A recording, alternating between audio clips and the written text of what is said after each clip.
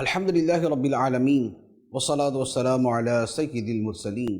اما بعد فاعوذ باللہ من الشیطان الرجیم بسم اللہ الرحمن الرحیم الصلاة والسلام علیک یا رسول اللہ وعلی آلک واصحابک یا حبیب اللہ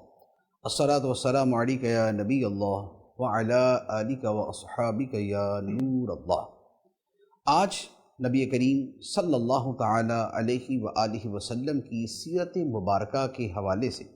ایک نیا پروگرام شروع کرنے جا رہے ہیں، اور آقا کریم صلی اللہ علیہ وآلہ وسلم کی سیرت کو ایک منفرد انداز میں بیان کیا جائے گا۔ عنوان یہ ہے سیرت نبوی قرآن سے، یعنی نبی کریم صلی اللہ علیہ وآلہ وسلم کے سیرت طیبہ کے مآخذ جہاں سے یہ سیرت لی جاتی ہے وہ احادیث طیبہ بھی ہیں، وہ سیرت کی کتابیں بھی ہیں، وہ مغازی کی کتابیں بھی ہیں، وہ اشعار بھی ہیں، نعتیں بھی ہیں، تاریخ بھی ہے۔ لیکن ہم جو اس سلسلے کے اندر کلام کریں گے اس میں کوشش یہ رہے گی کہ اس کا زیادہ سے زیادہ حصہ قرآن مجید سے ہو۔ تو نبی پاک صلی اللہ علیہ وآلہ وسلم کی سیرت کا بیان ہوگا قرآن مجید سے۔ سرکار دو عالم صلی اللہ علیہ وآلہ وسلم کی سیرت مبارکہ کی وسعت اور عظمت تو یہ ہے کہ لوح بھی تو قلم بھی تو تیرا وجود الکتاب، گنبد آبگین رنگ تیرے محیط میں حباب۔ صدیوں سے نبی کریم صلی اللہ علیہ وآلہ وسلم کی سیرت لکھنے والے، بیان کرنے والے چلے آ رہے ہیں۔ لوگ لکھ کے دنیا سے چلے گئے، ساری زندگی لکھتے رہے، لیکن نبی کریم صلی اللہ علیہ وآلہ وسلم کی سیرت طیبہ کو کما حقہ آج تک بیان نہ کیا جا سکا اور نہ کیا جا سکے گا۔ کیوں؟ اس لیے کہ نبی کریم صلی اللہ علیہ وآلہ وسلم مظہر کمالات الہیہ ہے۔ اللہ تعالیٰ کی عظمتیں اور شانیں اس کے محبوب صلی اللہ علیہ وآلہ وسلم سے ظاہر ہوتی ہیں، اور خدا کی شان یہ ہے کہ اللہ تعالیٰ فرماتا ہے وَلَوْ أَنَّ مَا فِي الْأَرْضِ مِنْ شَجَرَةٍ أَقْلَامٌ وَالْبَحْرُ يَمُدُّهُ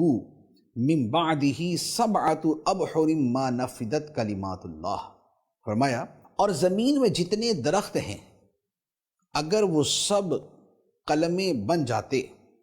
اور سمندر ان کی سیاہی، پھر اس کے بعد اس پہلی سیاہی کو 7 سمندر مزید بڑھا دیتے تو بھی اللہ کی باتیں ختم نہ ہوتی۔ اللہ کی عظمت، اللہ کے کمال، اللہ کی شان اتنی بڑی، اتنی وسیع، اتنی عظیم ہے، اور خدا کی شانوں کے سب سے بڑے مظہر ہمارے آقا و مولا صلی اللہ علیہ وآلہ وسلم ہیں۔ تو آپ کی شان بھی وہ بحر ناپیدا کنار ہے، وہ سمندر ہے جس کا کنارہ نہیں، اور وہ صحرا ہے جس کی انتہا نہیں، اور وہ وسعت ہے کہ جس کا کوئی اختتام نہیں۔ اس لیے نبی کریم صلی اللہ علیہ وآلہ وسلم کی سیرت طیبہ کو ہزاروں رنگ سے بیان کیا جا سکتا ہے، اور ہر رنگ اپنی جگہ بڑا خوبصورت ہوگا۔ نبی کریم صلی اللہ علیہ وآلہ وسلم کی سیرت مبارکہ کی جو عظمت و اہمیت ہے، اس کے لیے قرآن مجید کی 20 آیات ہیں، لیکن یہ آیت مبارکہ تو نہایت واضح طور پہ اس موضوع، اس سبجیکٹ کو بیان کرتی ہے جو خدا نے بیان فرمایا لَقَدْ كَانَ لَكُمْ فِي رَسُولِ اللَّهِ أُسْوَةٌ حَسَنَةٌ، بے شک تمہارے لیے اللہ کے رسول میں بہترین نمونہ موجود ہے۔ یعنی اے لوگو، نبی کریم صلی اللہ علیہ وآلہ وسلم کی ذات میں، آپ کے کردار میں، آپ کی سیرت میں، آپ کے احوال میں، مختلف مواقع پر آپ کے اعمال و افعال میں تمہارے لیے زندگی گزارنے کا بہترین نمونہ موجود ہے کہ جس کی تم پیروی کر سکتے ہو، جس کے نقش قدم پہ چل سکتے ہو۔ تو سیرت کا جو موضوع ہے وہ اس اہمیت کو اپنے اندر رکھے ہوئے ہے۔ لفظ سیرت جو ہے اس کا ویسے تو معنی ہوتا ہے راستہ، طریقہ، اور اس کے علاوہ ہیئت، یعنی کہ ایک جو حالت، کیفیت اور صورت بنتی ہے وہ۔ تو لفظ سیرت کا معنی یہ بنتا ہے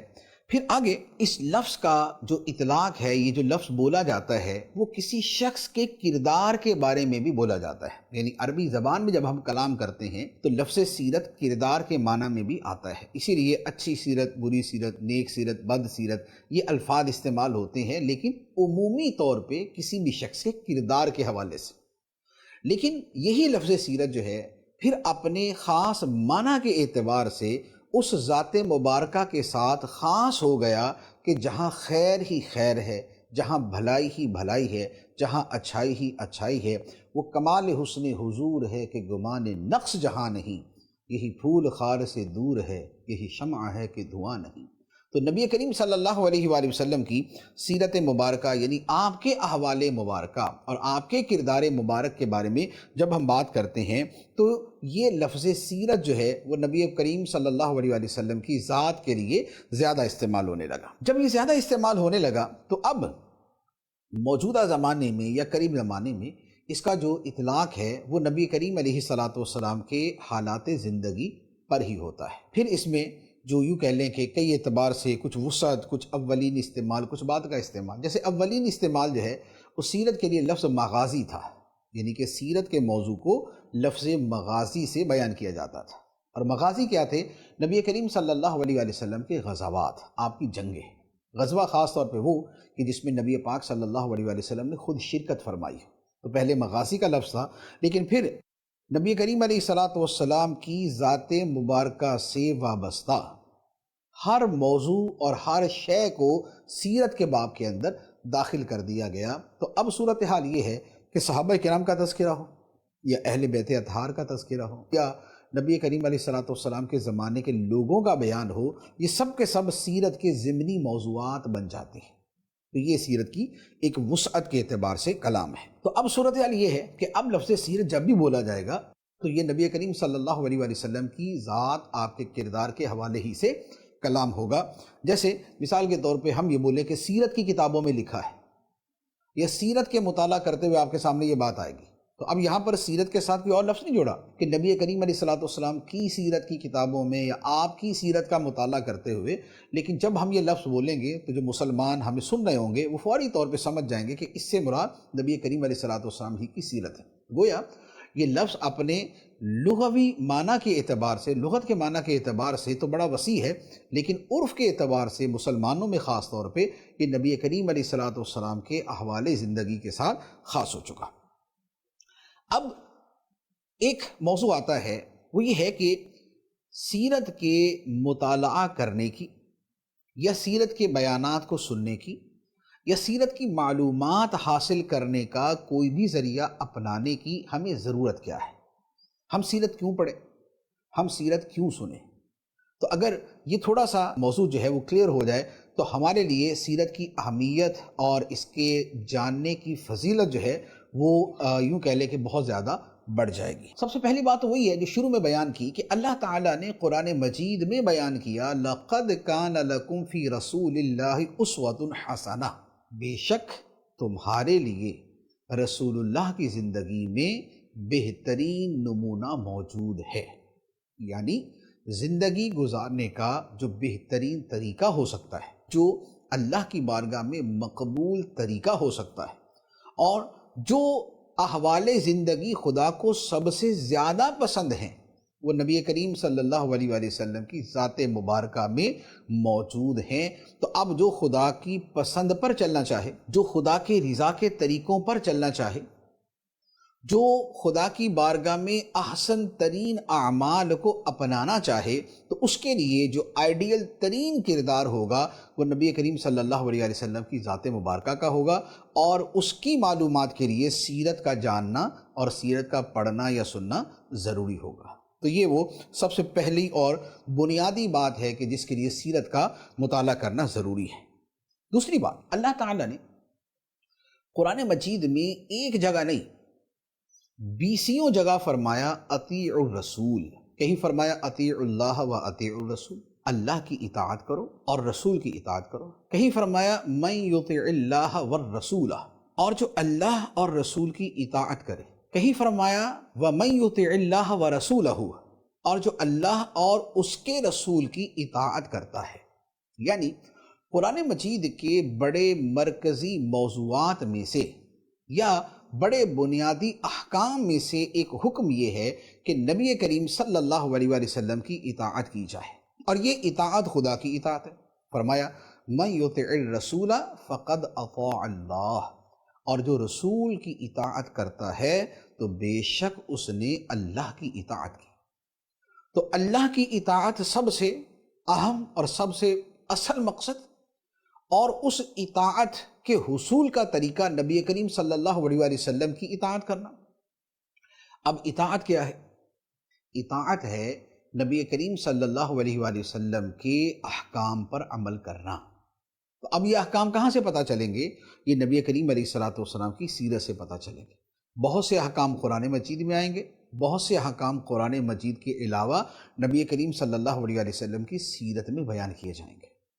تو لہذا جو قرآن کے حکم پر عمل ہے کہ اللہ اور اس کے رسول کی اطاعت کرو، اس حکم پہ عمل کرنا موقوف ہے نبی کریم صلی اللہ علیہ وآلہ وسلم کی سیرت کے جاننے پر۔ تو یہ ایک بڑی بنیادی حکمت اور بڑا بنیادی سبب ہے سیرت طیبہ کا مطالعہ کرنے کا۔ پھر اس کے ساتھ ایک اور بات، قرآن مجید میں اللہ تعالیٰ نے فرمایا قُلْ إِن كُنتُمْ تُحِبُّونَ اللَّهَ فَاتَّبِعُونِي، اے حبیب تم فرماؤ، اے لوگو اگر تم اللہ سے محبت کرتے ہو تو میری اتباع کرو، میرے نقش قدم پر چلو۔ میری اتباع کرو گے تو نتیجہ کیا ملے گا؟ فرمایا یحببکم اللہ ویغفر لکم ذنوبکم، اللہ تم سے محبت فرمائے گا اور تمہارے گناہوں کو بخش دے گا۔ گویا گناہوں کی بخشش اور خدا کا محبوب بندہ بننا اور خدا کی محبت کے دعوے میں سچا ہونا، یہ موقوف ہے نبی کریم صلی اللہ علیہ وآلہ وسلم کی اتباع پر، آپ کی پیروی پر۔ اتباع کسے کہتے ہیں؟ کسی کے پیچھے پیچھے چلنے کو، تابع یتبع، کسی کے پیچھے پیچھے چلنا جو ہے، کسی کا تابع ہونا، کسی کے طریقے کے پر چلنا، کسی کے نقش قدم پر چلنا، یہ تبعیت کہلاتا ہے، یہ اتباع کہلاتا ہے۔ اور اللہ تعالیٰ نے گناہوں کی بخشش کی بشارت اور اپنی محبوبیت کا مرتبہ دینے کا وعدہ فرمایا ہے نبی کریم علیہ الصلوۃ والسلام کی اتباع پر، کہ جو آپ کا طریقہ ہے، جو آپ کی طرز زندگی ہے، جو آپ کے صبح و شام، آپ کے دن رات، آپ کے احوال، آپ کے اعمال، آپ کی بندگی، آپ کی عبدیت، آپ کا عبادت کا طریقہ، آپ کی معاشرت کا طریقہ ہے، ان سب کا مجموعہ جو ہے یہ دین ہے، اور یہ نبی کریم علیہ الصلوۃ والسلام کا طریقہ ہے، اور اس پر چلنا اتباع رسول کہلاتا ہے۔ تو اب گویا خدا سے محبت اور خدا کا محب ہونا اور خدا کا محبوب ہونا، یہ دونوں چیزیں یہ موقوف ہو گئیں اتباع نبی صلی اللہ علیہ وآلہ وسلم پر۔ اور اب نبی کریم علیہ الصلوۃ والسلام کے احوال کیا ہیں، عبادات کیا تھی، طریقہ کیا تھا، آپ کی معاشرت کیسی تھی، آپ کی زندگی کیسی تھی، یہ سب کہاں سے پتہ چلے گی؟ اس کے لیے جو سب سے مین ٹائٹل بنے گا وہ سیرت النبی صلی اللہ علیہ وآلہ وسلم کا بنے گا۔ تو یہ مطالعہ سیرت کا ایک اور بڑا اہم سبب اور ایک اور بہت بڑی اہم حکمت ہے جو ابھی بیان کی گئی۔ پھر اس کے ساتھ ایک اور سبب کہ سیرت کے مطالعے کا ایک اہم محرک اور ایک اہم مقصد کیا ہے، وہ یہ ہے دین اسلام آیا کیوں؟ اللہ تعالیٰ فرماتا ہے لِيُظْهِرَهُ عَلَى الدِّينِ كُلِّهِ، تاکہ اس دین کو غالب کر دے تمام دینوں پر۔ اور اس دین کے بارے میں قرآن فرماتا ہے کہ یہ دین خدا کا آخری دین ہے، نبی کریم علیہ الصلوۃ والسلام خدا کے آخری نبی ہیں، اور اب ساری دنیا کے لیے جو اللہ کی اطاعت اور اس تک پہنچنے کا ذریعہ ہے وہ دین اسلام ہے۔ تو اس کا مطلب یہ ہوا کہ دنیا تک اسلام پہنچانا ہے، یہ مسلمانوں کی ذمہ داری بھی ہے، ان کا فریضہ بھی ہے۔ اس امت کے امت وسط بہترین امت ہونے کا ایک سبب یہ ہے کہ اب نبیوں کی نیابت میں اور نبی پاک صلی اللہ علیہ وآلہ وسلم کے طریقے پر چلتے ہوئے اب یہ ساری دنیا میں اسلام کا پیغام پہنچائیں گے۔ جب دنیا میں اسلام کا پیغام پہنچانا ہے تو اب آپ خود غور کریں کہ کیا ایسا ممکن ہے کہ ہم اسلام تو دنیا تک پہنچانا چاہیں لیکن اس میں سے جو اسلام کے نبی ہیں، جو نبی اسلام ہیں، ان کو مائنس کر دیا جائے؟ دین کا جب بھی تعارف کروایا جائے گا وہ نبی کریم صلی اللہ علیہ وآلہ وسلم کی ذات مبارکہ کے بغیر نہیں ہو سکتا۔ آپ دین کسی کے سامنے بھی بیان کریں گے، دنیا میں کوئی بھی مسلمان اگر اسے یہ سوال کیا جائے کہ ابھی دین اسلام کیا ہے، تو وہ آگے سے کیا جواب دے گا کہ دین اسلام وہ دین ہے جو اللہ نے اپنے آخری نبی محمد صلی اللہ علیہ وآلہ وسلم پر نازل کیا۔ اس کے علاوہ کیا آپ اسلام کی، دین اسلام کی کوئی دوسری ڈیفینیشن کسی کے سامنے بیان کر سکتے کہ اصل تو دین الہی ہے، لیکن اس وقت جو دین ہم لوگوں کے سامنے پیش کریں گے وہ خدا کا دین اس دین کی صورت میں ہے جو نبی پاک صلی اللہ علیہ وسلم پر نازل کیا گیا۔ تو جب دین کے تعارف میں نبی کریم صلی اللہ علیہ وسلم کی ذات شامل ہے، پھر اسلام کی اوتھینٹسٹی، اس کی صداقت، اس کی عظمت اور اس کی ایک بہترین دین ہونے کو آپ نے بیان کرنا ہوگا، تو آپ کو نبی کریم علیہ الصلوۃ والسلام کی ذات کو بیان کرنا پڑے گا کہ اس دین کو لانے والے کیسے تھے، اس دین کو لانے والی ہستی کیسی تھی، ان کا کردار کیسا تھا، وہ کتنے سچے تھے، کتنے دیانتدار تھے، کتنے امانت دار تھے، انہوں نے کیسی پاکیزہ زندگی گزاری، ان کی زندگی کا ہر لمحہ کتنا خوبصورت تھا، وہ کس قدر خدا سے ڈرنے والے تھے، وہ لوگوں کا کتنا خیال رکھنے والے تھے۔ یہ وہ ساری چیزیں ہوتی ہیں جو ریلیونٹ ہوتی ہیں جب آپ اسلام کا تعارف کرواتے ہیں۔ تو گویا اب دنیا میں اسلام پھیلانا یہ ہماری ذمہ داری ہے، یہ مسلمانوں کی ذمہ داری، اور یہ ذمہ داری پوری تب ہوگی کہ جب نبی پاک صلی اللہ علیہ وآلہ وسلم کی سیرت مبارکہ کا مطالعہ ہوگا اور آپ نبی کریم علیہ الصلوۃ والسلام کی سیرت کو بیان کریں گے۔ تو یہ ایک بڑا اہم پوائنٹ ہے کہ نبی کریم علیہ الصلوۃ والسلام کی سیرت کا مطالعہ کیوں ضروری ہے۔ اچھا، پھر اس کے ساتھ ایک اور چیز جو تھوڑی سی اس سے ریلیٹڈ ہے وہ یہ ہے کہ جیسے ہم مسلمان ہیں نبی کریم علیہ الصلوۃ والسلام سے محبت کرتے ہیں، اسی طرح ایسے لوگوں کی دنیا میں کمی نہیں کہ جو معاذ اللہ ہمارے آقا صلی اللہ علیہ وآلہ وسلم سے بغض رکھتے ہیں، آپ سے دشمنی رکھتے ہیں، اور انہوں نے اپنے اس بغض، حسد، عداوت اور کینے کی وجہ سے نبی کریم صلی اللہ علیہ وآلہ وسلم کے خلاف غلط باتیں دنیا میں پھیلائی ہوئی، جس کے پھیلانے والوں کے اندر جو اسلام کے دشمن مصنفین ہیں اور اسلام کے نام پر جو اسلام کے خلاف لکھنے والے مستشرقین ہیں،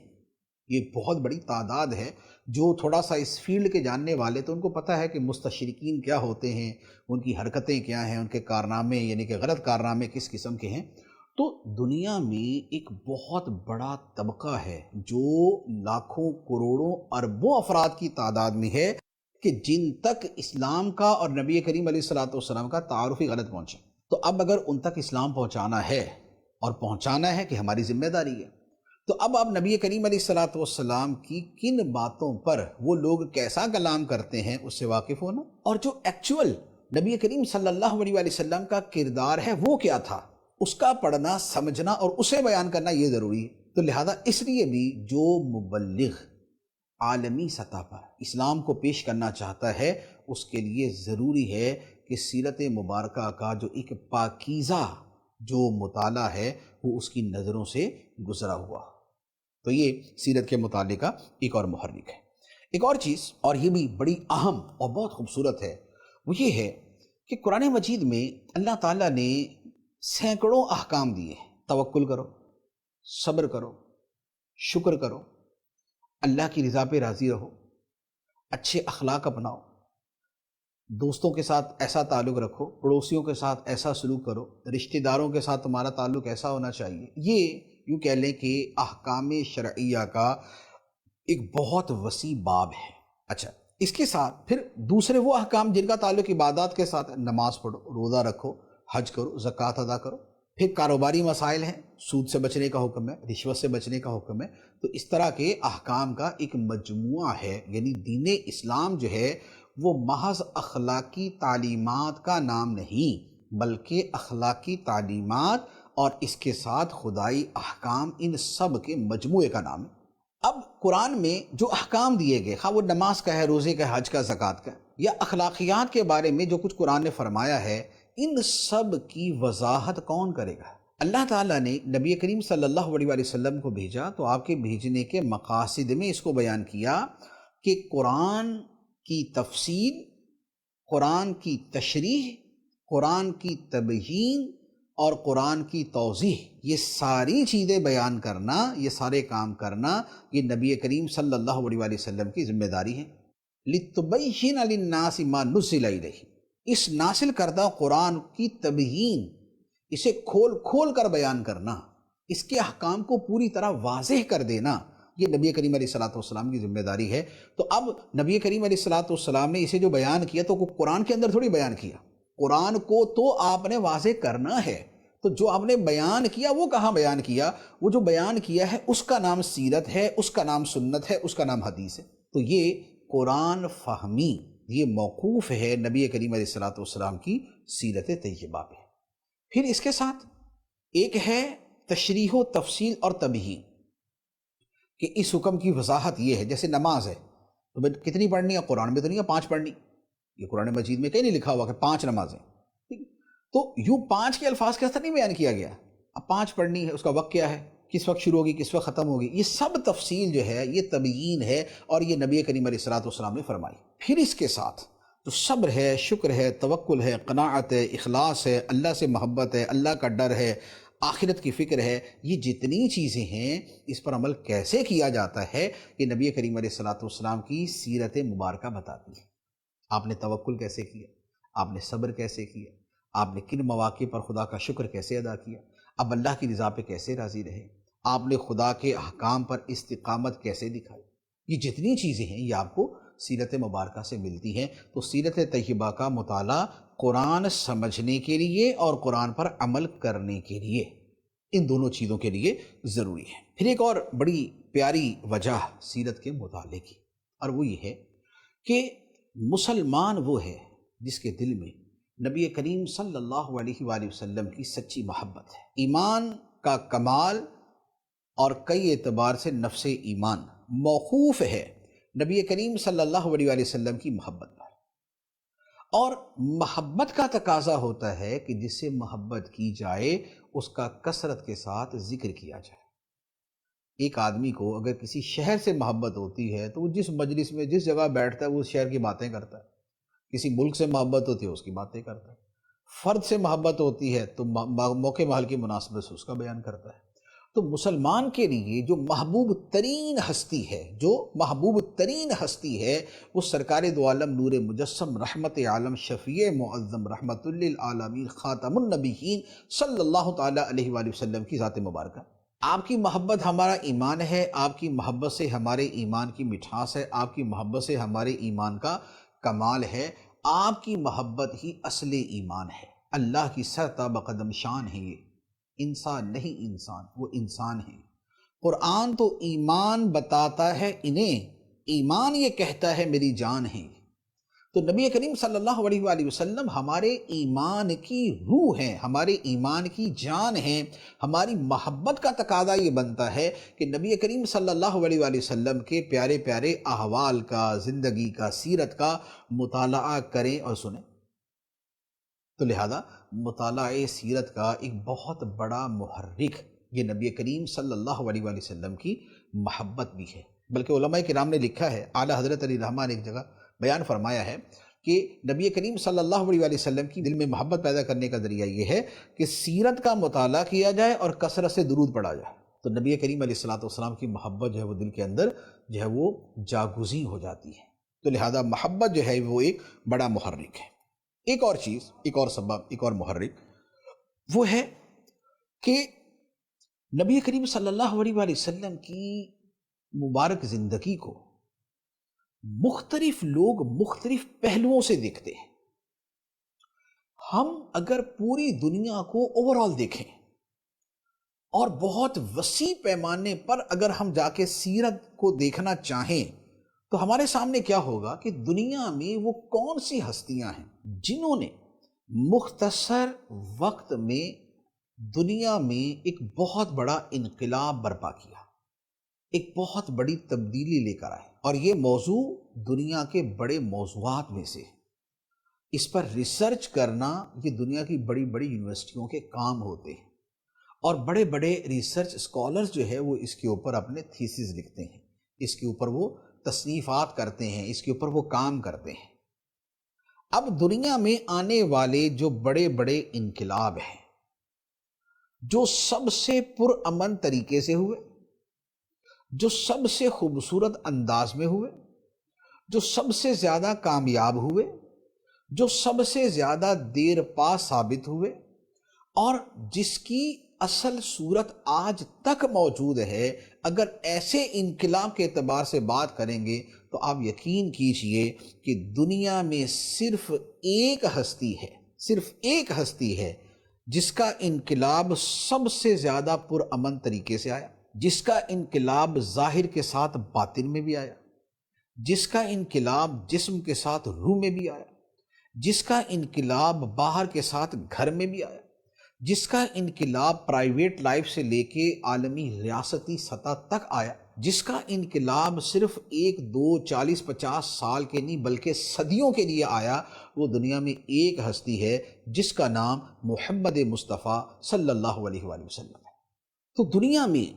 جو انقلابات کا جاننا ہے اور اس پہ ریسرچ کرنا ہے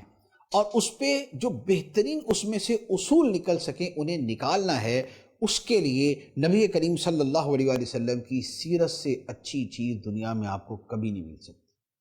آپ کو کوئی انقلاب ملے گا جس میں کروڑوں لوگوں کا خون بہایا گیا، آپ کو وہ انقلاب بھی ملیں گے جس میں کروڑوں لوگوں کا خون بہایا گیا۔ آپ کو وہ انقلاب بھی ملے گا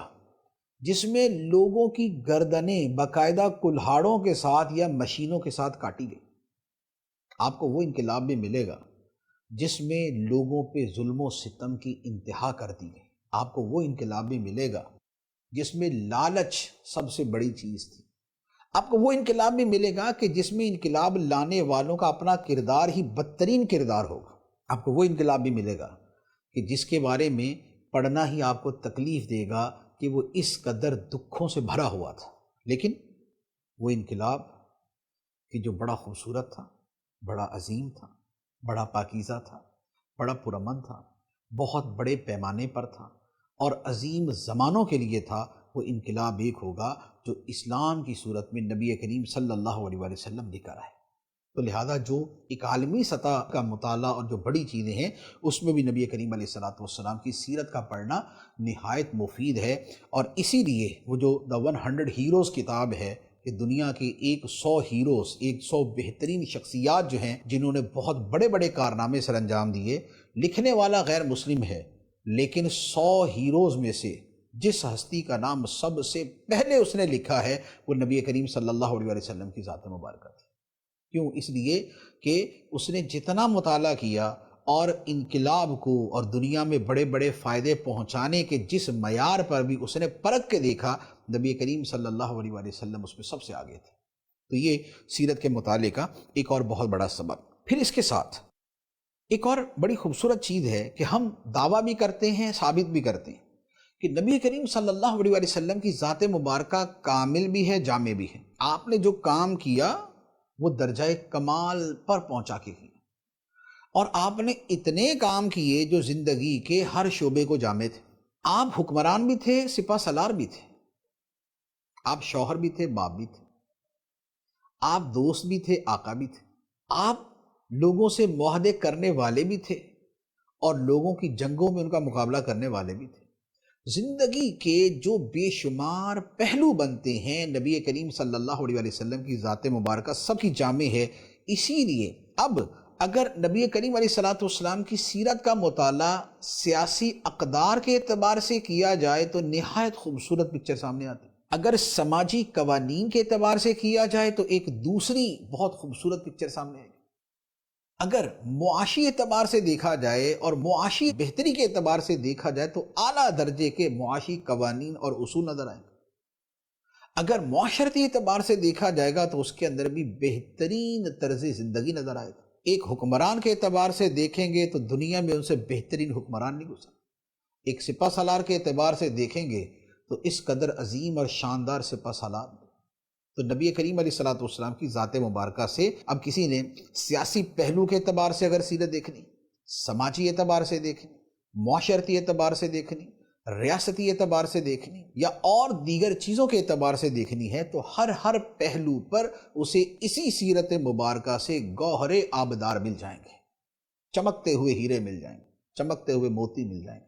تو یہ نبی کریم علیہ الصلوۃ والسلام کی سیرت سے جس شعبہ زندگی نے فیض لینا ہو اور ہدایات لینی ہو، اس کے لیے سیرت کا مطالعہ بڑا اہم ہے۔ تو یہ سیرت کا ایک یوں کہہ لیں کہ میں نے مطالعہ سیرت کے جو محرکات اور جو اس کے فوائد اور جو اس کے مقاصد ہیں وہ آپ کے سامنے بیان کیے۔ تو اس لیے سیرت کا مطالعہ مختلف جہات سے ہوتا ہے، کوئی مجموعی سیرت کا مطالعہ کرتا ہے، کوئی سیرت کے کسی پہلو کا مطالعہ کرتا ہے، کوئی قدیم ماخذ کے اعتبار سے مطالعہ کرتا ہے، کوئی جدید دور کے اندر سیرت کے کن کن پہلوؤں سے کیا کیا فائدہ اٹھایا جا سکتا ہے اس کے اوپر کام کرتا ہے۔ تو یہ ایک بڑا وسیع موضوع ہے، یہ ایک بہت وسیع سبجیکٹ ہے۔ اب ان سب چیزوں کے ساتھ اب اگر کسی بندے نے سیرت کی طرف آنا ہے، وہ سیرت کا مطالعہ کرنا چاہتا ہے، تو اب سیرت کے لیے اس کو کتابیں چاہیے، اور سیرت کے لیے وہ کچھ مطالعہ کرے گا، کچھ پڑھے گا، کچھ سنے گا۔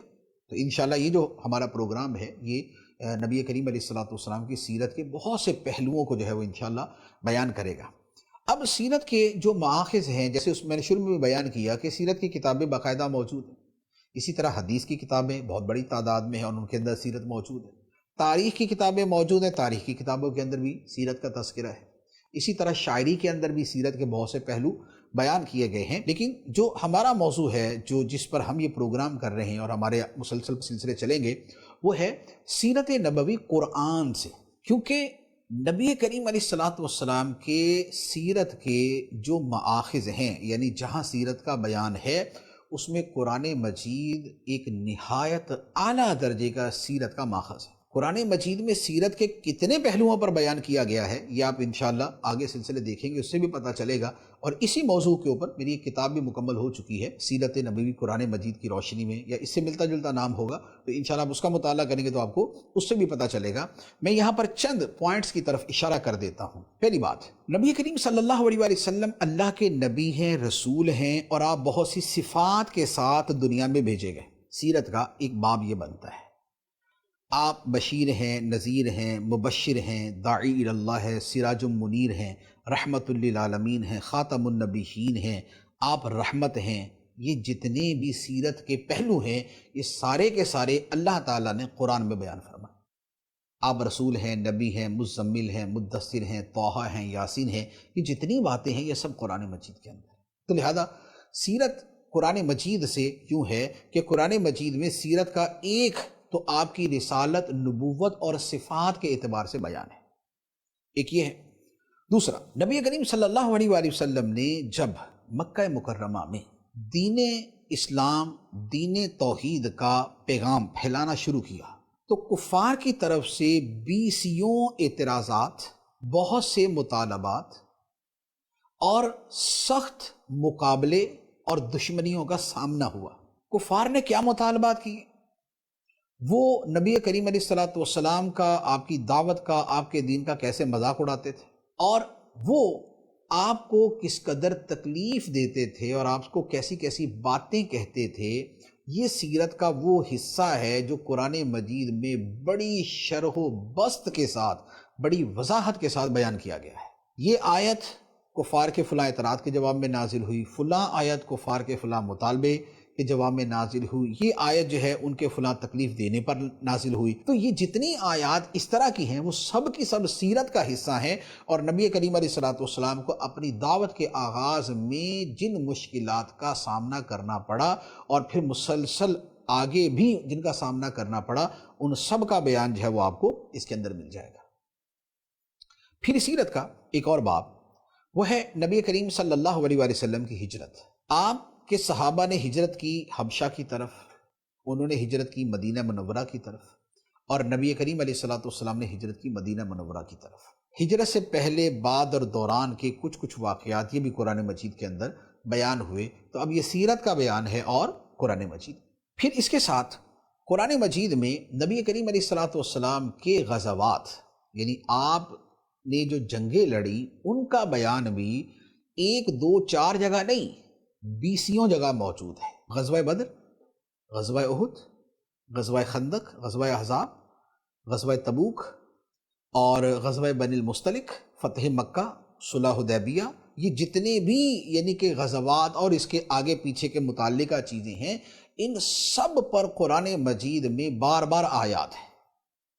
اب یہ سب سیرت کا حصہ ہیں اور قرآن مجید کے اندر موجود ہیں۔ تو یہ نبی کریم علیہ الصلوۃ والسلام کی سیرت ہے جو قرآن مجید کے اندر موجود ہے۔ پھر نبی کریم علیہ الصلوۃ والسلام جس معاشرے میں رہے، اس معاشرے میں ایک طرف صحابہ کرام ہیں اور ایک طرف منافقین ہیں۔ صحابہ کرام نبی کریم علیہ الصلوۃ والسلام کی صحبت میں رہتے، سیکھتے، فیض پاتے، اور کیسے کیسے کردار ان کے اندر سامنے آئے، ان کی اطاعت اور اتباع کے کیسے کیسے عظیم واقعات سامنے آئے، یہ سب آپ کو قرآن مجید سے مل جائے گا۔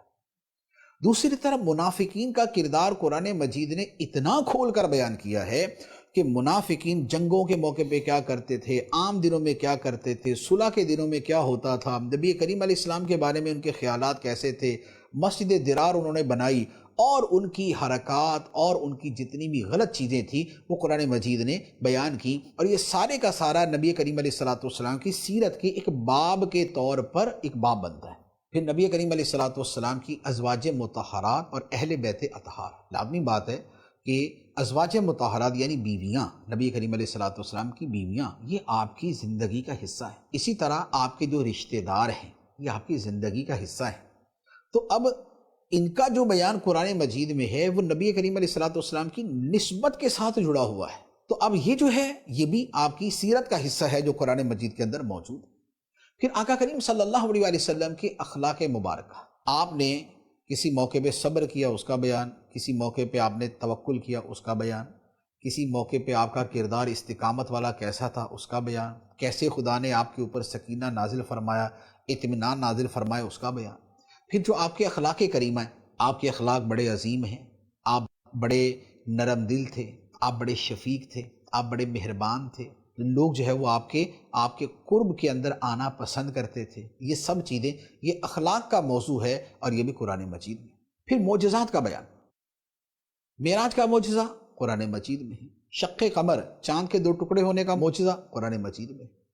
اور اس طرح کے کئی معجزات کے جس میں کفار نے حملے کی کوشش کی لیکن اللہ تعالیٰ نے درمیان میں آڑ قائم کر دی۔ تو یہ جو مواد ہے یہ بھی قرآن مجید کے اندر موجود ہے۔ تو یہ میں نے چند ایک مثالیں بیان کی ہیں کہ قرآن مجید نبی کریم صلی اللہ علیہ وآلہ وسلم کی سیرت کے بہت سے پہلوؤں کو اپنے اندر بہت کھول کر بیان کرتا ہے۔ تو آج جو ہے وہ ایک انٹروڈکشن تھا، ایک تعارفی یہ ہمارا پروگرام تھا ہمارے اس سلسلے کے لیے کہ سیرت نبوی قرآن سے،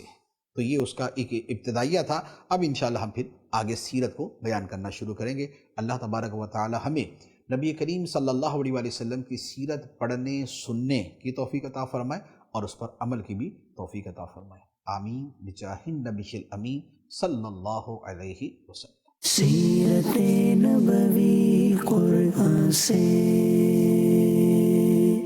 شاہد و قاسم ہو تم، طیب ہو طاہر یا نبی، سیرت نبوی قرآن سے۔ ماشاءاللہ جب میرے اللہ سن مسکراتے ہیں تو سبحان اللہ دل کرتا فدا ہو جائے۔ عالمی مدی مرکز ہے، کیا بہاریں ہیں یہاں کی الحمدللہ۔ ذہن بن رہا ہے کہ میں ایک ماہ کا مدنی قافلہ کروں۔ یہاں پر آ کے دل کو چین آ جاتا ہے۔ چھوٹے چھوٹے بچوں کو، لڑکوں کو ہارٹ اٹیک ہو رہا ہے، فالج ہو رہا ہے، اور طرح طرح کی بیماریاں بڑھ تو رہی ہیں۔ اس کا سبب جو ہے نا یہ چپس، گولی، چاکلیٹ بچے کھاتے ہیں، اس میں ایسنس ہوتے ہیں، طرح طرح کے کیمیکلز ہوتے ہیں،